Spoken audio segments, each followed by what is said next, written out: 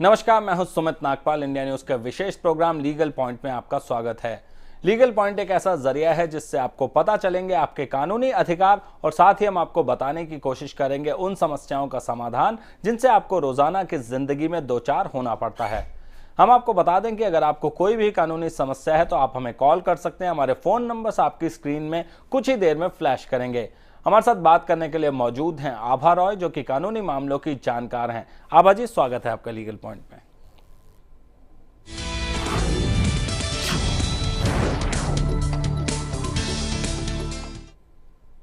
Legal point में आज हम बात करेंगे वसीयत से संबंधित कानून की। क्या आप जानते हैं कि एक वसीयत लिखने के लिए एक व्यक्ति को क्या करना होता है? वसीयत एक ऐसा जरिया है जिससे कोई भी व्यक्ति अपनी चल अचल संपत्ति को कानूनी तरीके से अपने बच्चों, रिश्तेदारों, दोस्तों या फिर और किसी व्यक्ति के नाम लिख सकता है। हम आपको बताएंगे कि कानून इस पर क्या कहता है।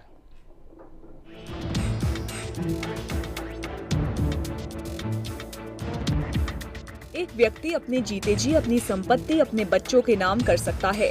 साथ ही एक वसीयत के जरिए इस बात का भी फैसला किया जा सकता है कि किसको संपत्ति का कितना हिस्सा मिलेगा। हम आपको बता दें कि एक व्यक्ति अपनी खुद की या फिर पुरखों से मिली संपत्ति की ही वसीयत कर सकता है। आइए अब हम आपको बताते हैं कि एक वसीयत लिखने का सही तरीका क्या है। सबसे पहले आप सारी संपत्ति की लिस्ट बनाकर ये तय कर लें कि किसे क्या देना है। अपनी वसीयत को एक सादे कागज या स्टैम्प पेपर पर साफ साफ अक्षरों में लिख लें। वसीयत में ये जरूर लिखें कि आप पूरे होशो हवास में बिना किसी के दबाव के अपनी मर्जी से वसीयत लिख रहे हैं। वसीयत को पक्का बनाने के लिए 2 लोगों को गवाह बनाएं जो आपके दस्तखत पहचानते हों। हर पेज पर गवाहों के और अपने दस्तखत लें और साथ ही उनके अंगूठे भी लगवाएं। वसीयत को सब रजिस्ट्रार ऑफिस जाकर रजिस्टर्ड कराएं। साथ ही रजिस्ट्रार के रजिस्टर में इसकी एंट्री करवाना ना भूलें। वसीयत में ये भी लिखें कि इस तारीख के पहले की कोई भी वसीयत नहीं मानी जाएगी। आपको आप अपनी विल में अपने एग्जीक्यूटर का नाम हमेशा मेंशन करते हैं और उनके पिताजी का नाम और उसके रेजिडेंस का अगर भी देते हैं तो इससे पता चलता है कि वो बंदा कौन है और स्पेसिफिक बंदे को पिन पॉइंट हो जाता है। एक पक्की वसीयत में इस बात का ध्यान रखा जाना अहम है कि आखिर गवाह किसे बनाया जाए। गवाह उसे ही बनाएं जिस पर आपको पूरा भरोसा हो। वसीयत में कोई हिस्सा पाने वाला व्यक्ति गवाह नहीं बन सकता। आप ये जान लें कि प्रत्यक्ष या अप्रत्यक्ष रूप से गवाह को वसीयत से कोई फायदा नहीं होना चाहिए, क्योंकि अगर ऐसा हुआ तो अदालत गवाही रद्द भी कर सकती है। गवाह पूरे होशो हवास में होना चाहिए, साथ ही उसकी दिमागी हालत भी दुरुस्त होनी चाहिए। गवाहों की उम्र वसीयत करने वाले की उम्र से कम होनी चाहिए। आप हमेशा अपनी विल में 2 गवाहों को नियुक्त करते हैं। फायदेमंद ये रहता है कि उन 2 गवाहों में एक डॉक्टर और एक वकील हो। डॉक्टर से ये सर्टिफाई हो जाएगा कि आपका मानसिक संतुलन ठीक था और वकील होगा तो वो ये सर्टिफाई कर देगा कि जो विल बनी है वो आपने कानूनी सलाह लेके बनाई गई है। अगर कोई व्यक्ति अपने मरने से पहले वसीयत नहीं छोड़कर जाता है तो उसकी संपत्ति का बंटवारा भारतीय उत्तराधिकार अधिनियम के तहत उस व्यक्ति की पत्नी और बच्चों में किया जाएगा। लीगल पॉइंट के लिए निशिका अरोड़ा, इंडिया न्यूज। तो आपने देखा कि वसीयत से संबंधित कानून क्या कहता है। हम आपको बता दें, आभा रॉय लीगल एक्सपर्ट हमारे साथ स्टूडियो में मौजूद हैं और अगर आपको कोई भी कानूनी समस्या है तो आप हमें कॉल कर सकते हैं। हमारे साथ एक कॉलर जुड़ रहे हैं, रोशन लाल। स्वागत है आपका लीगल पॉइंट में। रोशन जी, अपना सवाल पूछें। रोशन जी, आपको मेरी आवाज आ रही है? हाँ जी सर आवाज आ रही है पर थोड़ी कम आ रही है। रोशन जी, अपना सवाल पूछें, हम आपको पूरी तरह सुन पा रहे हैं। आप अपना जो टीवी है उसकी आवाज धीरे करके अपना सवाल सीधे सीधे पूछ लें। हाँ जी सर, मैं और मेरे ब्रदर, मेरा नाम है सर रोशन लाल, और सर मेरे पिता श्री राम स्वरूप ने सन 1997 में एक 80 गज का मकान था, वो मेरे और मेरे भाई ने 40-40 गज बांट दिया जी। ठीक है सर। और सर उन्होंने पहले बानी बंटवारा लिखवाया और उसके अंदर एक कॉलम बनवाया। उस कॉलम में ये लिखवाया कि भाई भविष्य में दोनों भाइयों में से यदि मकान बेचने की नौबत आएगी तो वे दोनों एक दूसरे को ही देंगे, वो भी बाजार की कीमत पर, और किसी थर्ड पार्टी को नहीं बेच सकेंगे। अब आप चाहते हैं कि उस प्रॉपर्टी को आप बेच दें या फिर अलग कर दें, पार्टीशन कर लें उसका? सर एक बार सर छोटी सी बात है सर, ये उन्होंने लिखवाया भामी बंटवारा में जी। ठीक है सर, उसके 3 साल बाद उन्होंने इन्हीं डॉक्यूमेंट्स की रिलीज डीड बनवाई। ओके। मेरे पिताजी ने इन्हीं डॉक्यूमेंट्स की रिलीज डीड बनवाई और वो तहसील में रजिस्टर्ड करवाई जी। और सर उसमें उन्होंने इस कंडीशन के बारे में कुछ नहीं लिखा हुआ जो कंडीशन मैंने बताई है जी जी जी। पर इस कंडीशन का रेफरेंस दे दिया कि इनका फैसला मिति 4/6/1997 को लिखित रूप में भामी बंटवारा हो चुका है। जी जी। ठीक है सर। तो अब आप ये चाहते हैं कि वो प्रॉपर्टी आपके लिए इंडिपेंडेंटली कैसे आप यूज कर पाए उसे? हाँ जी, मैं इंडिपेंडेंटली कैसे यूज कर। रोशन का सवाल है कि इनकी प्रॉपर्टी जो है इनके फादर ने इनको रजिस्टर करा के दी है, लेकिन उसमें एक कंडीशन डाल दी है कि जो दोनों भाई हैं, अगर एक भाई बेचना चाहता है प्रॉपर्टी तो दूसरे को बेचेगा, फर्स्ट टाइम ऑफर करेगा।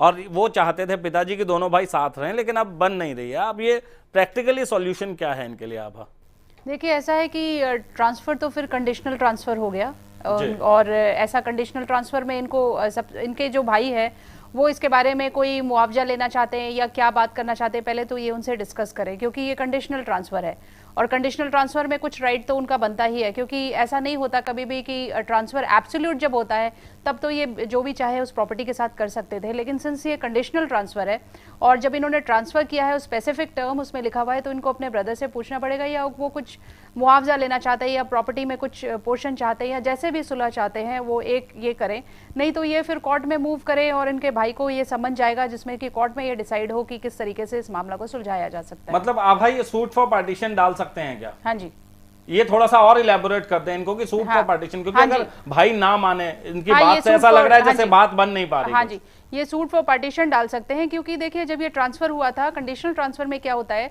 कि उसमें जो ट्रांसफरर होता है उसने अपने एक टर्म्स बता दिया कि मैं आपको एक पूर्णतया ये प्रॉपर्टी नहीं दे रहा हूँ, उसमें ये एक सर्टेन कंडीशन लगा दिया। इसका मतलब उनका इंटेंशन ये था कि उनके ब्रदर को सर्टेन राइट्स मिले। ठीक है, प्रॉपर्टी में राइट्स नहीं मिले, एटलीस्ट उनको एक खरीदने का अख्तियार तो मिले। तो ऐसे कंडीशन में अगर ब्रदर इनको तंग कर रहे हैं, नहीं इनका सपोर्ट कर रहे, तो ये कोर्ट में मूव करें, इस बात की डिक्लेरेशन ले और कोर्ट जिस तरीके से गाइड करे ये उस तरीके से चल करके इस मामले को सुलझा सकते हैं। तो रोशन लाल जी, आप ये जान लें, आप अपने आसपास की जो निचली अदालत है, सिविल कोर्ट में आपको बताऊं, जहां दीवानी मामलों की सुनवाई की जाती है, वहां पर आप मूव करें और वहां पर जाकर बताएं कि ये सूट फॉर डिक्लेरेशन जो है वो फाइल करें और उसके बाद कोर्ट आपके मामले का डिसीजन देगा। आपके पास एक रेमेडी बचती है कि आप अपने यहाँ के निचली अदालत में जाएं। खैर, एक और कॉलर मास्टर जुटे हैं, रमेश, स्वागत आपका लीगल पॉइंट पर। रमेश, अपना सवाल पूछें। हाँ सर, मैंने ना कुछ ब्याज पे पैसे लिए थे जी, तो उन लोगों ने उसको एग्रीमेंट के रूप में कोर्ट में चले गए हैं। वो आपने किस चीज के पैसे लिए थे? मैंने जैसे यहाँ प्राइवेट फाइनेंसर हैं, ये लोग ब्याज पे पैसे देते हैं। जी जी, ब्याज पे पैसे लिए थे, ठीक है, बताइए। पैसे लिए, इन लोगों ने उसको एग्रीमेंट बना के कोर्ट में चले गए हैं जी। तो वहाँ पे मेरा वकील उनके साथ कॉम्प्रोमाइज करके मिल चुका है। जी जी। तो सर इसका क्या मसला होगा कि मेरा वकील ही जब मेरा नहीं रहा? आपका वकील जो है, क्या आपको परेशानी क्या आई वकील से? मेरे वकील ने मेरे लिए कुछ नहीं किया, मेरे सबूत ही नष्ट कर दिए। वो जो दूसरी पार्टी के एक एनजीओ बना रखा है फर्जी जी, वो आदमी 15 एनजीओ चला रहा है, वास्तव में वो कोई समाज सेवक नहीं है। आप अब क्या जानना चाहते हैं? आप वकील के खिलाफ कार्रवाई करना चाहते हैं या फिर आप अपना केस जो है उसके बारे में जानना चाहते हैं? मैं दोनों बातें करना चाहता हूं कि अगर मैं अपने वकील के लिए क्या करूं और क्या मैं अपने बच्चों के नाम उसका जो वसीयतनामा कर सकता हूं। ठीक है, ये एक तो अपने वकील से जो है ये संतुष्ट नहीं है। इनका कहना है कि वकील ने इनके जो फाइल थी वो डिस्ट्रॉय कर दी और इनका जो मुकदमा था वो ठीक से नहीं लड़ा।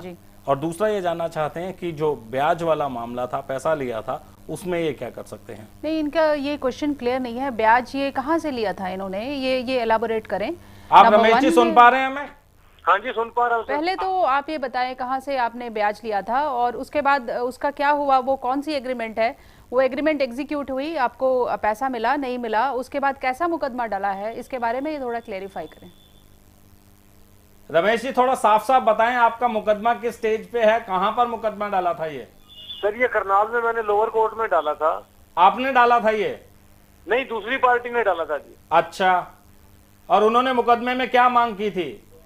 उन्होंने कहा था, उसमें एग्रीमेंट में शर्त थी कि या तो डबल पैसे दो, मैं डबल पैसे देने को तैयार था जी, लेकिन मेरा वकील उनके एनजीओ का ही मेंबर था, मुझे नहीं मालूम था इस बात का कि ये दोनों एक ही हैं जी। तो उन्होंने जो मेरे सबूत बचे हुए थे वो खत्म कर दिए हैं। अच्छा, सबूत इनके जो हैं खत्म हो गए हैं। एक्चुअली जो दूसरी पार्टी है उन्होंने रिकवरी के लिए एक मुकदमा डाला था और जो एग्रीमेंट में कंडीशन थी कि डबल पैसा देना पड़ा। आप ये बताएं रमेश जी, आपको कोई आदेश मिला है निचली अदालत से अभी? हाँ जी, मुझे वहां से हार मिली है। आपको क्या आदेश दिया है निचली अदालत ने? मुझे कोई आदेश नहीं मिला, मेरा वकील मुझे कुछ बता ही नहीं रहा, मुझे सारा गोलमाल करके रखा हुआ है। ठीक है आभा जी, इनका मुकदमा खुद अभी इनको क्लियर नहीं है कि क्या हुआ है। पेपर्स तो सबसे पहले तो इनको जो है एक सर्टिफाइड कॉपी ऑर्डर की लेनी चाहिए। देखिए, आप पहले तो ऑर्डर की कॉपी निकलवाए वहां से जाकर के, जो आप खुद भी अप्लाई कर सकते हैं। इसके लिए आपको किसी वकील की जरूरत नहीं है। वहाँ एक थोड़ा सा फीस दे करके आपको ये सर्टिफाइड कॉपी ऑब्टेन हो जाएगी।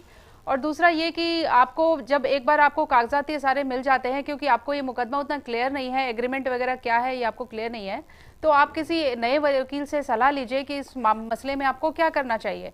अगर आपको लगता है कि मसला ऐसा है या वकील आपको सलाह देता है तो इसके अगेंस्ट आप अपील कीजिए हाई कोर्ट पे। और दूसरा ये कि अगर वकील के अगेंस्ट आप कोई एक्शन लेना चाहते हैं, आपको लगता है रियली में वकील ने आपके साथ धोखाधड़ी करी है, तो ऐसे सर्कमस्टांसेस में आप बार एसोसिएशन में उनकी कंप्लेंट कर सकते हैं। बार काउंसिल में भी एक कंप्लेंट की जा सकती है। तो आपको अगर वकील के खिलाफ मुकदमा डालना है तो आप बार काउंसिल जो आपके स्टेट की है वहां पर उसके खिलाफ शिकायत कर सकते हैं।